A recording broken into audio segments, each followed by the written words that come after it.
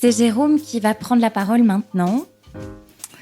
Jérôme est fils, frère, père, tissé de tous ces liens qui nourrissent, autant que parfois ils étouffent. Et il ose conjurer le silence des repas de famille pour livrer cette vérité que nous avons tous au bord du cœur, au bord des lèvres parfois, et à laquelle, rarement, trop rarement, nous frayons un passage.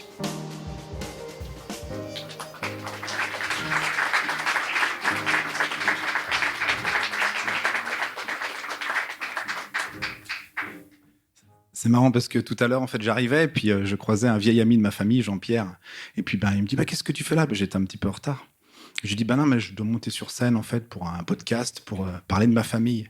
Il me dit oh mais ta famille, c'est vrai que ta famille elle est exceptionnelle ta famille. Et puis ton père le syndicaliste là qu'on voit partout et ta mère toujours avec son vélo là. Oh et ta sœur là, elle a travaillé chez nous, qu'est-ce qu'elle est joyeuse, elle apporte la vie partout où elle passe.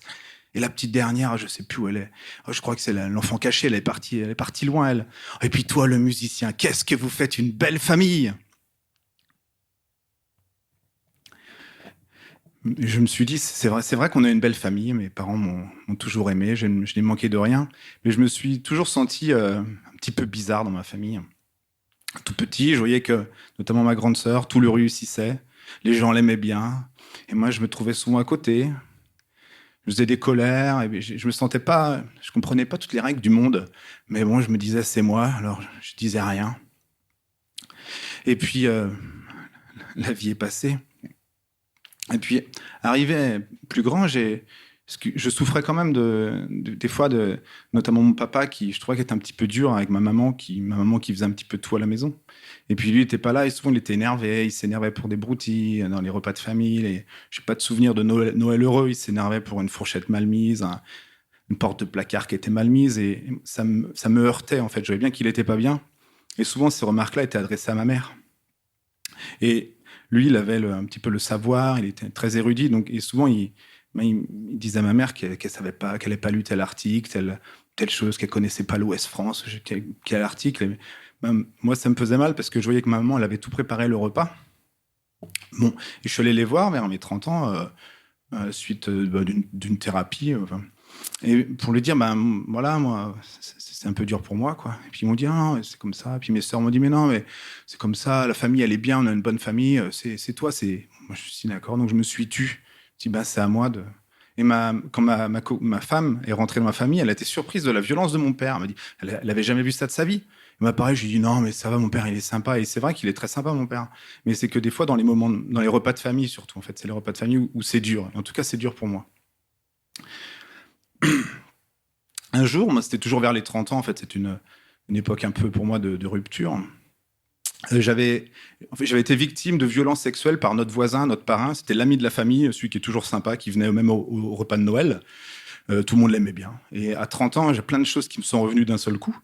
Et donc, je suis allé voir mes parents pour leur dire, voilà, le voisin, Bertrand, voilà, il m'a fait des trucs, quoi. Alors, à l'époque, je savais pas trop nommer parce que déjà, j'avais jamais eu d'expérience sexuelle à 30 ans, donc je savais pas nommer les choses. Je savais pas. Donc j'ai dit inceste. Voilà. Ils m'ont dit ah non, c'est pas un inceste parce que inceste, c'est au sein de la famille. Alors, voilà, et la discussion s'est arrêtée là. C'est vrai que j'ai regardé dans le dictionnaire, c'était vrai. Mais en fait, ça me convenait pas non plus parce qu'en fait, moi, je voyais que je souffrais en fait, et puis je voyais que ça faisait écho à d'autres gens. Je me disais voilà, j'ai rien dit, quoi. Et puis plus tard, moi, je me rendais compte que c'est vrai que c'était un inceste, mais c'était aussi une fellation. Après, je crois même depuis 2021, ça s'appelle un viol. Voilà. Donc, et je me dis, mais c'est quand même. On n'en parle pas. Alors, et moi, en plus, c'est le voisin. Donc, dès que je vais voir mes parents, en gros, je le vois pas, mais c'est des souvenirs, quoi. Donc, ça me fait toujours. Et j'en ai jamais parlé, quoi. Enfin, en tout cas, pas à mes parents. Voilà, ça a continué. Je parlais en repas de famille de moins en moins, en fait. Et puis, je voyais, en fait, depuis tout petit aussi, que des fois, je disais des choses comme ça. Moi, j'étais hypersensible dès qu'il y avait un petit truc. Je le prenais de plein fouet. Je voyais bien qu'il passait à autre chose. Il y avait plein de nourriture qui passait. Mais moi, je restais bloqué sur des émotions, sur, par exemple, quand il y en a qui se grognaient, quand mon père il faisait ci, quand il y avait des gros mots, enfin, des gros mots, des injures, on passait vite à autre chose. Mais moi, j'arrivais pas, quoi. Et je me sentais vraiment. Je sais que j'avais des petits soucis de communication dans les relations et même au sein de ma famille. Et un jour, j'ai fait un burn-out, il y a 2 ans, c'est pas si vieux. Et je bougeais plus, là. Ça m'arrivait souvent, mais là, vraiment, je bougeais plus du lit, je dormais plus, je devenais presque fou, en fait. J'ai cru à la folie. J'avais plus goût à vivre. Heureusement que j'avais ma femme et mes enfants qui m'ont soutenu, parce que j'y croyais plus, en fait. Et je pensais que c'était le travail, mais je me rendais compte que j'aime mon travail. J'ai dit, bon, bah, c'est moi, je suis un peu bizarre. J'avais pas de réponse et ça faisait quand même pas mal d'années que je cherchais des réponses. Et à force justement d'aller voir des thérapeutes, d'écouter des podcasts, de lire des livres, je dis, ah, en fait, j'ai le trouble du spectre autistique. Et pour moi, révélation, j'avais enfin une clé et je pouvais m'identifier à des gens, dire, ah ouais, c'est ça mon problème, enfin mes difficultés, parce que ça avait ça aussi des avantages. Donc j'étais content. C'était il y a 1 an. Content. Enfin, ça me faisait du bien. Donc évidemment, ah ben, j'étais fier d'annoncer ça à ma famille. Et j'ai bien vu que ça fait un peu un flop. Et, voilà. Et je voyais bien qu'ils étaient pas forts. Alors je l'ai pas forcément dit dans les meilleurs. J'étais tellement en plein d'émotions et j'ai l'impression que on n'en a jamais reparlé depuis. Et je me dis, ah bon, je pensais qu'on allait en parler, on allait se dire, surtout que l'autisme, pour au moins 80%, c'est génétique. Donc, et puis en plus, pour moi, ça expliquait beaucoup de choses, des comportements dans notre famille où je vois bien les émotions et tout ce qui est les relations sont compliquées. Et donc, je me suis tué encore. Et il y a eu un repas de famille où ben, je parlais plus, en fait. Et même, je disais à ma copine, je parle plus. Elle m'a dit, mais j'ai l'impression que tu vas disparaître. Mais à un repas de famille, je me suis effondré, pas devant eux, même si je parlais plus, mais je suis allé pleurer plusieurs fois C'était toujours le même repas de famille, il y avait rien de nouveau, mais cette fois-là, c'était trop dur pour moi. Je suis allé pleurer plusieurs fois, et à la fin, avec mes enfants, je me suis effondré dans la voiture. Et pendant 3 jours, je suis resté dans mon lit. C'est une crise autistique, je bougeais plus rien. Et là, je me suis dit, il faut que je vais faire quelque chose, en fait. Je me suis dit, déjà, je me suis dit, les repas de famille, je vais arrêter là, parce que c'est trop dur, vraiment trop dur pour moi, même si j'avais rien à reprocher, et je me suis dit, je vais leur parler, en fait. Déjà, moi, j'avais parlé à beaucoup de thérapeutes, et même un diagnostic autisme, c'est quelque chose d'assez lourd. On remue lourd, engageant, quand on remue le passé. Donc, en fait, j'avais pas trop peur, moi, de dire les choses. Donc, je me suis dit, je vais leur parler. Alors, je vais voir mes parents, j'ai dit, papa, voilà, je vois que tu souffres, parce que je vois bien que mon père, il souffre. Papa, je vois que tu souffres depuis toutes ces années. Je sais que tu n'as pas eu de père, tu as eu une enfance difficile. Tu t'es tu toute ta vie, tu as essayé de te battre, tu t'es battu pour des valeurs. Je vois bien, tu es quelqu'un de très honorable, mais ton comportement à la maison, depuis toutes ces années, ça me fait très mal et j'aimerais bien qu'on en parle. Je dis à ma maman, maman, tu es une très bonne mère, tu as soutenu ta famille, tu as soutenu ton mari, tu t'es jamais opposé à lui. Et c'est très très bien. Tu as cette possibilité, cette capacité même à passer d'une émotion à l'autre, c'est-à-dire qu'il peut y avoir des choses dures. Toi, tu passes, tu vis, tu es vraiment dans l'instant présent, comme on peut dire, et c'est une force que tu as. Mais moi, je peux pas, j'ai besoin de discuter, maman, du passé. Et j'ai essayé plusieurs fois de t'en parler, et je vois que tu veux pas. Mais moi, j'ai vraiment besoin, donc j'ai besoin qu'on parle. Je suis allé voir ma grande sœur aussi, c'est ma sœur avec laquelle on a été très très très fusionnels. Et vers les 30 ans, on avait eu un projet, on faisait de la musique ensemble, on se racontait beaucoup de choses, et donc on se confiait beaucoup de choses. Et donc c'était il y a à peu près 17 ans où elle avait vécu des choses assez dures dans son couple, donc elle s'était beaucoup confiée à moi. Et moi, ça m'avait complètement submergé, en fait, des fois, de ce qu'elle pouvait me dire, de sa souffrance, ça m'avait submergé. Mais j'y repense presque encore en cauchemar, ça m'avait envahi, alors qu'elle, elle est passée, elle est toujours avec son amoureux que j'aime profondément aussi, mais c'est juste que moi, je suis resté sur cette souffrance-là parce qu'elle était dure et parce qu'on ne l'a jamais nommée. J'ai jamais pu en parler avec elle, parce qu'elle elle est un peu comme ma maman, mais les choses durent, hop, et puis elle continue, puis on avance, et moi, je suis resté bloqué là, donc c'était dur, quoi.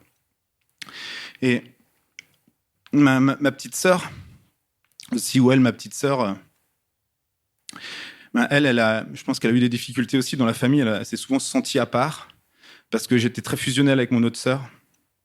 Et elle a décidé c'était trop dur pour elle, elle est partie, en fait. Physiquement, elle est partie pendant des années à l'étranger. Mais c'est parce qu'il y avait trop de souffrance, elle ne pouvait pas être dans notre famille. Et pareil, on n'en a jamais parlé. Et puis, à un moment donné, je crois que c'était mon père qui avait dit, c'est à elle de s'adapter, puis on continue, quoi. Et moi, j'ai eu ce comportement-là aussi. Je me disais, oui, et on me disait, elle est chiante, en fait. Et même, on la définissait comme ça, elle est chiante. Et elle-même encore, elle se définit, elle était chiante, quoi. Alors, je pense pas qu'elle était chiante. Elle est comme nous, elle est comme chacun. Elle était différente, mais comme moi, je me sens différent.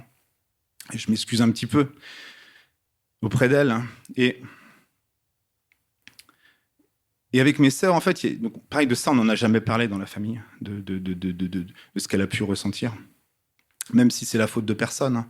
Et avec mes sœurs, toujours, en fait, il y a ces choses qui sont pas dites, ou moi qui me pèsent, en fait, qui me pèsent. Et je sens qu'elles ont aussi une colère contre moi, parce que des fois, moi, des fois, je dis les choses un petit peu cash, je dis ce que je ressens, et puis je les embête sur des choses qui sont passées. Et des fois, je vois bien, moi aussi, que mon comportement les gêne. Mais des fois, je trouve, en tout cas pour moi, elle me dit les choses durement. Et moi, j'ai du mal, en fait. J'ai besoin qu'on me parle juste gentiment, et puis qu'on m'explique, parce que je peux entendre, mais quand on me grogne dessus ou des choses comme ça, ça me fait un mal terrible, en fait. Après, pendant des nuits, je dors pas. Donc, j'ai effectivement coupé en tout cas, j'ai dit à mes parents que je ne souhaitais plus venir au repas de famille. Donc, ça, évidemment, ça a créé de la discussion, mais malgré ça, j'aurais quand même proposé qu'on fasse une thérapie. Et déjà, moi, j'avais fait quand même pas mal de thérapies différentes. Donc, moi, c'était un lieu sécurisant parce que je savais que c'était un endroit où je pouvais parler.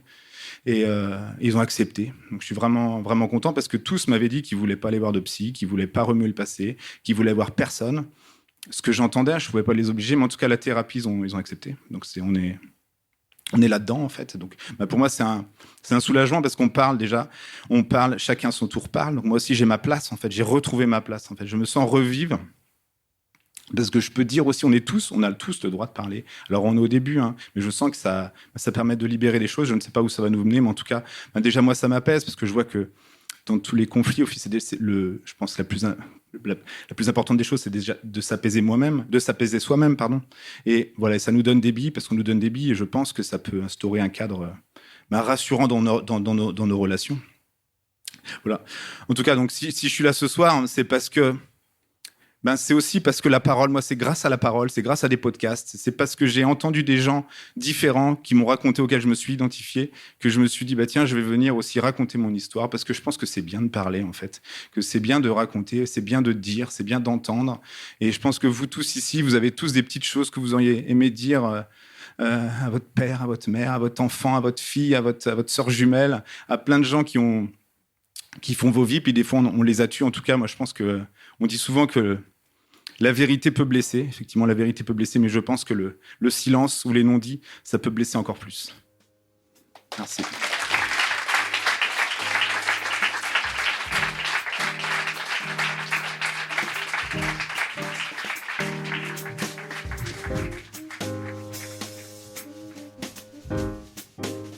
Orature est imaginé par Foi de Swag.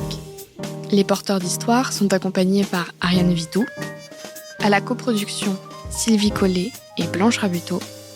Antoine Stévignon est au son et au mix. Ce programme est produit par Pressy Live Studio. À bientôt pour de nouvelles histoires.